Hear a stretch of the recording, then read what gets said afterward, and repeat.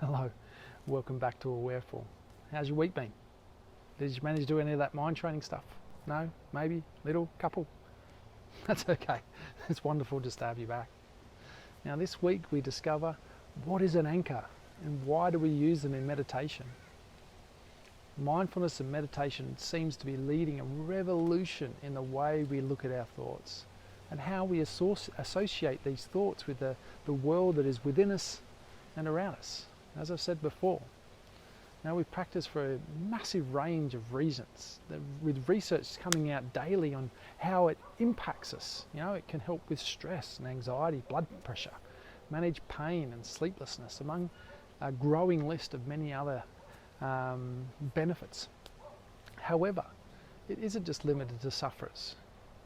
You know, people who are in good health use mindfulness to help their happiness and health, kindle their creativity, build resilience, help with relationships, and improve how they communicate with others, both at home and at work.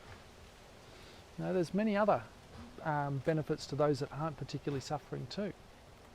Now, there's several anchors that we can use throughout the day, including breath, body, sound, taste, touch, or mantras. Now, our mind is always active. It always wants to do something. And when we give it a job, the mind seems happy. When there is no job, the mind is restless and begins to search for something to do. And most of us, that restlessness is the endless journey of thought. Now, this is where our anchor is useful. It gives this active mind a job to do. Imagine your interaction with thought being like getting on a bus. Now we'll call this the thought bus. Many stops, but one endless journey. So we get on the bus, maybe we start thinking about something trivial like lunch or dinner, then what starts after lunch, then the customer that maybe you're seeing, the conversation that you had, that you got frustrated the last time with them, now they don't really like you, actually you don't really not really looking forward to this, are there other customers that are like that, you know, and now you're beginning to think that you're actually crap at your job, and goes on and on and on. You know, what started off as lunch ends up with you thinking about getting sacked, and all this can happen in the space of 10 minutes. You know, this bus journey just goes on and on and on as long as you want it to.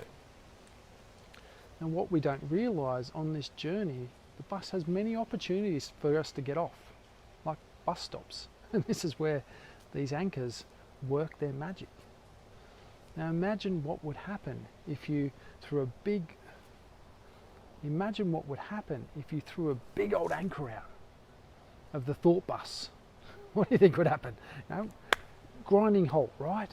Dramatic smashing halt. Well, apart from obviously the potential injuries that might happen to you, this anchor brings the bus to a stop. And if you can just imagine you gracefully getting off. So an anchor plays out like you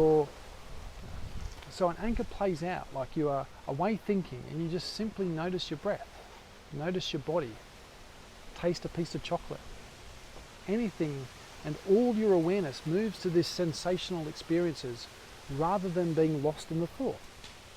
You're giving the mind something else to focus on rather than just thinking. Now, this mind training isn't just another form of distraction. It's actually getting more intimate with the movement of the mind and the sensations of the body, which we'll explore soon. We're actually beginning to acknowledge we are distracted. We're caught up in our thoughts, and we can begin to show the mind that we have an alternative. Rather than just distracting ourselves with food, television, technology, alcohol, whatever it is, which is our usual go-to when we realise that we're just overthinking everything. Now again, this week I've attached a meditation on sound for you to enjoy. Remember, sound is an anchor. We can just listen to the sound, much like the breath. Now, sound meditations are one of those sort of practices that are a bit like Vegemite or Marmite. You either tend to love it or hate it, but it's just an alternative to breath as an anchor. We can now looking at sound as an anchor. Now next week we're going to be looking at mental health and defining mental health. But in the meantime, have an amazing rest of your day, and I look forward to seeing you in session 8. Thank you so much.